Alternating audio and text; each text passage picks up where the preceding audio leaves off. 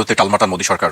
আমরা সবাই জানি, দেখছি গণমাধ্যমে যে গত দীর্ঘদিন ধরে, আমি যদি বলি যে 25 দিন ধরে অনশন করছেন সোনাম ওয়াংচুক, এবং তারই যে একটি ক্ষোভ, তাকে হাসপাতালে তুলে নিয়ে যাওয়ার পর থেকে ক্ষোভটি আরো বেশি পরিমাণে ছড়িয়ে পড়েছে। এবং আমরা দেখলাম যে বিদেশেও এটি নিয়ে বিক্ষোভ হচ্ছে, লন্ডনে, নিউ ইয়র্কে, এবং সবশেষ দেখলাম যে 5 দফা একটি দাবি তারা দিয়েছে। আমি সেই দাবিগুলো একটু উল্লেখ করতে চাই আলোচনা যাবার আগে।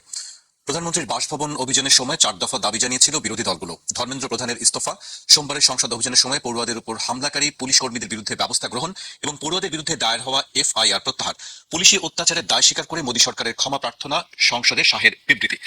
কেন্দ্রীয় শিক্ষানীতি নিয়ে সংসদের বাদল অধিবেশনে আলোচনা। মঙ্গলবার থানায় আটক থাকাকালীন রাহুলের পোস্ট করা ভিডিওতে উঠে আসে নতুন দাবি, অমিত শাহের ইস্তফা। আজকে আরেকটি ঘটনা আমি উল্লেখ করতে চাই আলোচনায় যাবার আগে। আজকে সুপ্রিম কোর্টে একটি ব্রিফ করার ব্যাপারে তারা একটি ভিডিও দেখাতে চেয়েছিল, যে পুলিশ যে নির্যাতন চালিয়েছে সেই ভিডিওটি।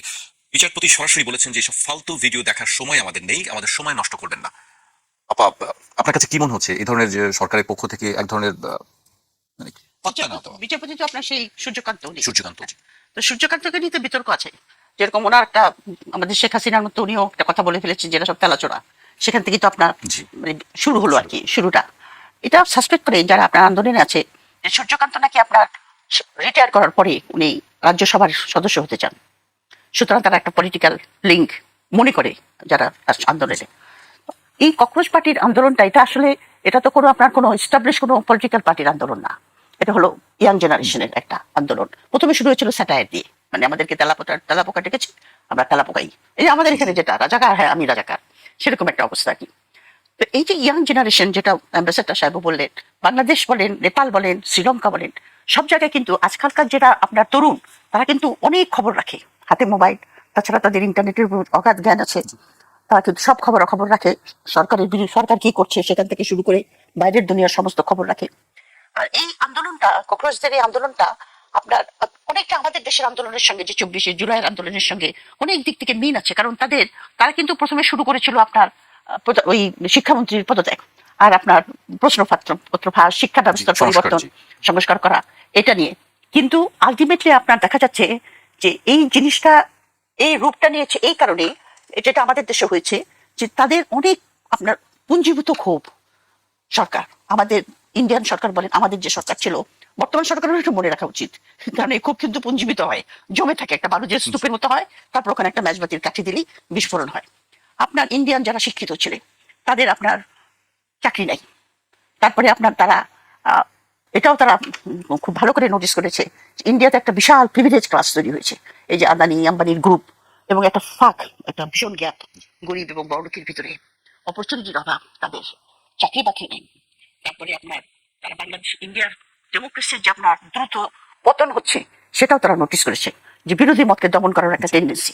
এবং এই জিনিসটাও আমার মনে হয় এটা ওইভাবে তারা প্রকাশ করে নাই, কিন্তু ইয়াং জেনারেশন কিন্তু এটা বুঝতে পেরেছে যে মোদী সরকার ক্রমান্বয়ে একটা ফ্যাসিস্ট সরকারে পরিণত হতে যাচ্ছে।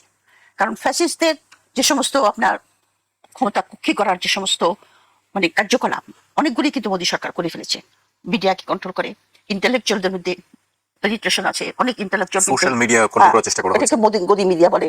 তারপরে ইন্টেলেকচুয়ালরা যারা আপনার এটার মত বিরোধী, তার এই হিন্দুত্ববাদী যে রাজনীতি, তারপরে ইন্ডিয়াকে যে হিন্দু মুসলিম একটা ডিভিশন করেছে, এটা আমার মনে হয় ইয়াং জেনারেশন পছন্দ করে না, এক্সেপ্টিং যারা আপনার হিন্দুত্ববাদীর ওই যে আরএসএস এই সমস্ত সংস্থা সংঘের এই আপনার সদস্য। দেখেন, এই প্রশ্নপত্র ফাঁকের মধ্যে দিয়ে তারা কিন্তু বলছে যে একটা কোটারি তৈরি করার চেষ্টা করছে, যেটা ফ্যাসিস্টরা সবসময় করে, আমাদের দেশে করা হয়েছিল। আমরা মুক্তিযোদ্ধার ছেলে মেয়েরাই চাকরি পাবে, বাকিরা সব রাজাকারের ছেলে মেয়ে। হিটলারের কিন্তু ব্রাউন শার্ট ছিল, মুসলিম গ্যালিবার্ড ছিল, একটা কোটারি তৈরি করে, সেই কোটারিটা সেই সরকারকে রাখার জন্য যা করার তাই করে। এবং ওই আন্দোলনের মধ্যে কিছু কিছু ছেলেকে দেখা গেছে পুলিশের পোশাক নাই, কিন্তু ওদের হাতে লাঠি, এবং জিজ্ঞাসা করছে আন্দোলনকারীরা, তুম কোন হো, তুম কিতা আয়া, তো জবাব দিচ্ছে না, কিন্তু ওরা কিন্তু পুলিশের পোশাক পরে নাই। তো এই যে পুঞ্জীভূত রাগটা, তাদের ক্ষোভটা, যে ইন্ডিয়াকে কোথায় নিয়ে যাচ্ছে। আপনি চিন্তা করে দেখেন, যে ইন্ডিয়ার একদিন একটা ইমেজ ছিল সারা দুনিয়াতে, যে ইন্ডিয়া একটা সহনশীল জাতি, এখানে যুগ যুগ থেকে বিভিন্ন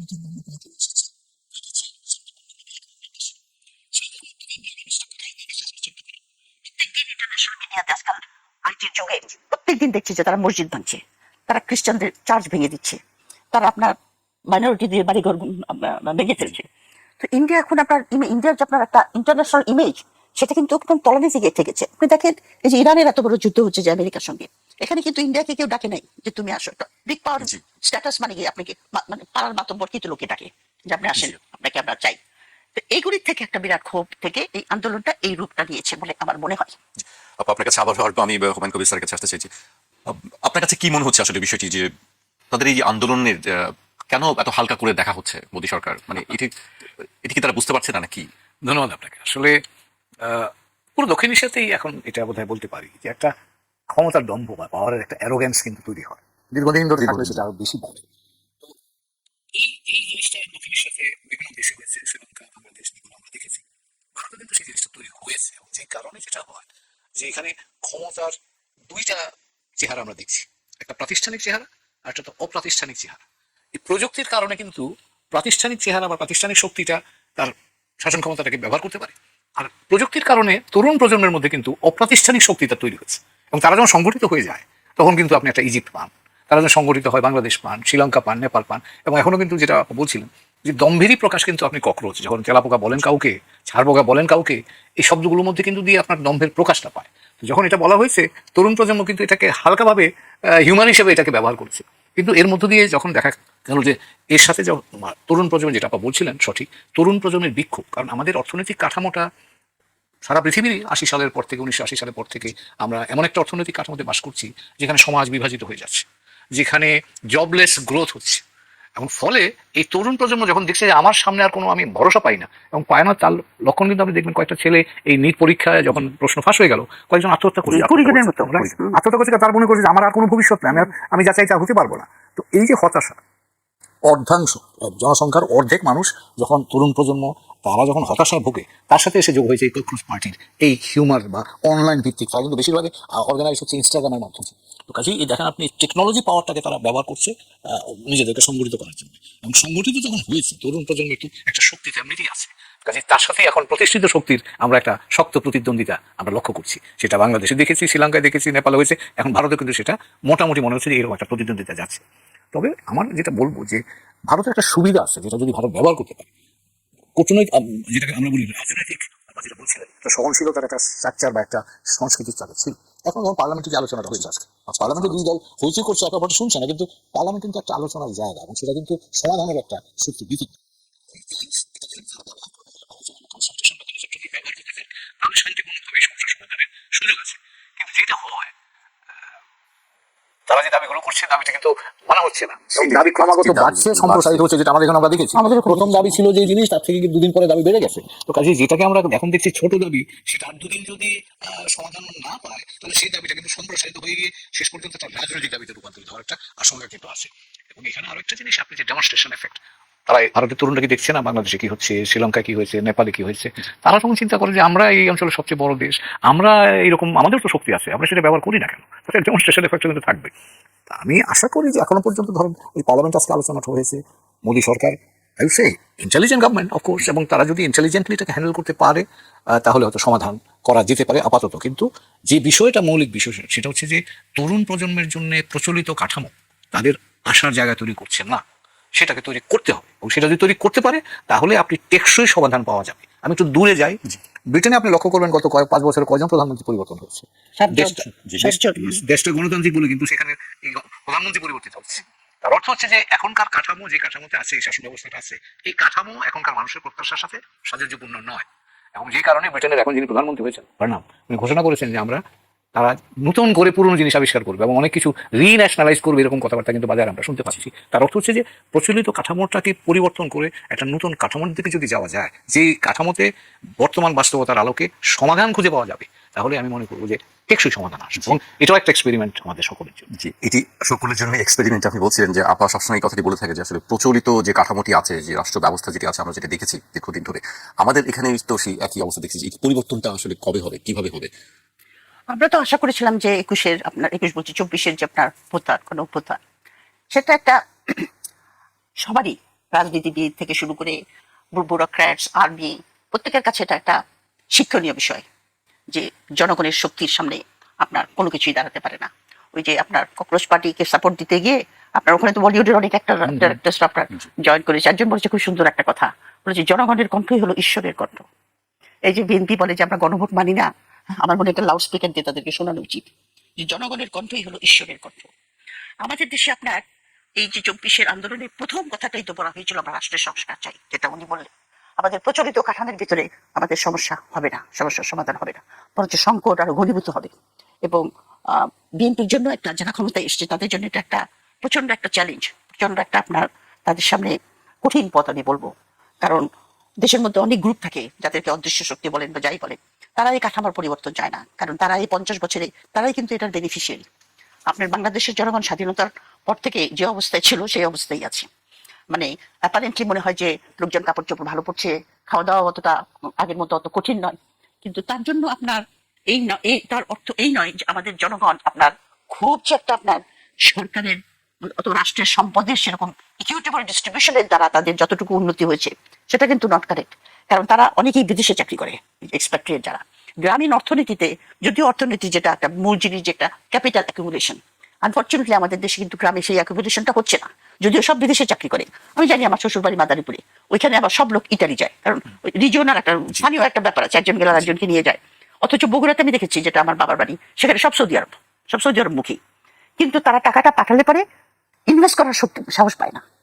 ইনভেস্ট করলে পরে যে কখন কোন পলিটিক্যাল পার্টি এসে তাদের আপনার এই যে চান্দাবাজি, তারপরে গুন্ডামি, দোকান ভেঙে দেওয়া, মানে গভর্নমেন্টই কেমন ইনভেস্টমেন্টের না, টাকাটা বেশিরভাগ সময় স্থাবর সম্পত্তি দেয়, ওই জমিতে অথবা বিল্ডিং করে, বাড়ি করে। সুতরাং গ্রামের দিকে তাকালে মনে হয় লোকে তো খুব যারা গেছে ভালোই আছে, কিন্তু অ্যাকুমুলেশনটা হচ্ছে না গ্রামে। এবং যারা বিদেশে গেছে তারা ভালো আছে, কিন্তু যারা বিদেশে যাওয়ার সুযোগ পায়নি তারা ভালো নাই। তাদের স্বাস্থ্য ব্যবস্থা খারাপ, আপনার ম্যালনিউট্রিশনে ভোগে, এডুকেশন সেরকম ভাবে সুযোগ পায় না। আর আমাদের দেশের সরকার যখন ক্ষমতায় এসে বলে আমরা দক্ষ জনগোষ্ঠী তৈরি করে ফেলবো, তা আমার কাছে এটা এত বেশি কি বলবো, রেটোরিক বললে পরে ভালো শোনায়, কিন্তু বাংলা অর্থ হলো চাপাবাজি। রেটোরিকটা বললে ভালো শোনা যায়, কাজে আমি রেটোরিকই বলবো। রেটোরিক বলে আমার মনে হয় আপনি কি করে দক্ষ জনগোষ্ঠী, আপনি এখন পর্যন্ত খালি কলেজের সংখ্যা বাড়াচ্ছেন, আমরা তো অনার্স আর পেপার দিয়ে কি করবো? উচিত তো আপনার প্রত্যেকটা উপজেলায় প্রত্যেকটা ইয়েতে একটা করে ভোকেশনাল ইয়ে স্থাপন করা, টেকনিক্যাল স্কুল, যেখানে লোকে কম্পিউটার থেকে শুরু করে অন্যান্য স্কিল করবে। আপনি বলতেছেন যে আমরা অটোমেশনে চলে যাব, কাকে দিয়ে আপনি অটোমেশন করবেন? কয়টা ছেলে চীনে নাকি এখন, উনি ভালো বলতে পারবেন, উনি তো চীনে যাচ্ছেন। আবার চীনে আমি শুনেছি ক্লাস 1 থেকে নাকি এআই শেখানো শুরু করে, এআই শেখানো শুরু করে আর কি বাচ্চাদেরকে। তো আমাদের তো সেটা করছে না, কিন্তু আমাদের দেশের জনগণ যেটা চেয়েছিল 24-এর পরে, সেটা হলো রাষ্ট্রের কাঠামোটাকে বদলে দিতে হবে। এই যে এই রাষ্ট্রের কাঠামোতে খালি আপনার অদৃশ্য শক্তির লোক যারা ব্যুরোক্র্যাটস, আর্মি, কিছু অলিগার, কিছু পলিটিশিয়ান, তারাই আপনার রাষ্ট্রের সমস্ত বেনিফিট পাবে, আর আমরা বসে বসে চেয়ে চেয়ে দেখবো, এটা তো চলতে পারে না। সুতরাং বিএনপির সামনে হলো ভীষণ চ্যালেঞ্জ হলো এই কাঠামোটাকে পরিবর্তন করে। এটা কিন্তু ককরোচ পার্টির থেকেও কিন্তু এটা একটা লেসন ফর বাংলাদেশ, যে ককরোচ পার্টির আবার বাংলাদেশ থেকে লেসন ভাইসা ভার্সা, যে যদি আপনার জনগণের আকাঙ্ক্ষাকে পূরণ না করে মোদি গভর্নমেন্ট এবং নানা রকম ছলচাতুরি করে তাদের আশা আকাঙ্ক্ষাকে দূর করে ফেলে দিতে পারে, তাহলে সেই সরকার সংকটে থাকবে। কিন্তু ইন্ডিয়ার একটা ব্যাপার কি, ইন্ডিয়াতে যদিও আপনার গণতন্ত্রের অনেক অবনতি হয়েছে ধাপে ধাপে, কিন্তু তবুও একটা ডেমোক্রেটিক প্রসেস ওখানে চলছে। এই যে ককরোচ পার্টির সঙ্গে যে আপনার ইন্ডিয়া জোট, যেটা তারা রাহুল গান্ধী, প্রিয়াঙ্কা গান্ধী, মমতা ব্যানার্জি, এরা সমস্ত যোগ দিচ্ছে। যোগ দিলে হলে কি হবে কি, আপনার cockroach party it is not an electoral party, এটা কিন্তু পলিটিক্যাল পার্টি না ইন দ্যাট সেন্সে, এটা হলো একটা মুভমেন্ট। তো এখন তারা যখন যোগ দেবে তখন কিন্তু আপনার সারা ভারতে আপনার আন্দোলনটা ছড়িয়ে পড়বে। কিন্তু যেটা উনি বললেন সেটা সাহেব, যে ভারতে একটা মেকানিজম আছে, ডেমোক্রেটিক মেকানিজম, যে পার্লামেন্টে আলোচনা হবে অথবা মোদি ফেস টু ফেস এই সমস্ত ছেলেদের সঙ্গে বসবে, তাদের আশা আকাঙ্ক্ষা পূরণ করার চেষ্টা করবে। এটা যদি উনি না করেন, এবং মোদি গভর্নমেন্টের কিন্তু কথাবার্তা কিন্তু খুবই আপনার যেটা উনি বললেন খুব দাম্ভিক, কারণ অমিত শাহ যেরকম আমাদেরকে বলেছে আমরা উইপোকা, আমাদেরকে সমুদ্রে ফেলে দিতে হবে, এটা তো কোনো লিডারের ভাষা হতে পারে না। আপনি কতখানি কন্টেম্পচুয়াস হলে, কতখানি মানুষকে নিচু দেখলে আপনি একটা রাষ্ট্রের লোকদেরকে বলেন যে তোমরা উইপোকা। সেরকম তেলাপোকা দেখেছে তাদের নিজের দেশের লোক, সেই জন্য তারা দাঁড়িয়ে গেছে, আমরা দাঁড়াতে পারিনি যেভাবে। কিন্তু এটা একটা লেসন, যে মোদি গভর্নমেন্ট যদি এটাকে আপনার, আমার মনে হয় যদি উনি এটাকে শান্তিপূর্ণভাবে সলভ করার চেষ্টা না করেন, তাহলে এই আন্দোলনটা সারা ভারতে অলরেডি আপনি বলেছেন ওয়েস্ট বেঙ্গলে ছড়িয়ে গেছে, তামিলনাড়ু তো শুনলাম ছড়িয়েছে, তাহলে ওনার মিড টার্ম ইলেকশন দিতে হবে, আর একটা শান্তিপূর্ণ উপায়ে উনি যেতে পারেন। ইন্ডিয়াতে যেহেতু আপনার প্রতিষ্ঠানগুলি এখন পর্যন্ত সম্পূর্ণ ধসে পড়ে নাই, আর্মি অত পলিটিসাইজ না, আর্মি মোদির হয়ে গুলি চালাবে ছেলেদের উপরে, এটা আমি মনে করি না ইন্ডিয়ান আর্মি কোনোদিনও করবে। এটা আপনার এগেনস্ট ইন্ডিয়ানের যে আপনার ডক্ট্রিন, মিলিটারি ডক্ট্রিন বিরুদ্ধে যাবে আর কি। তো সুতরাং তার জন্য পথ খোলা হচ্ছে সমঝোতা করা, কম্প্রোমাইজ করা, যদি না করে তাহলে তাকে ফোর্স করবে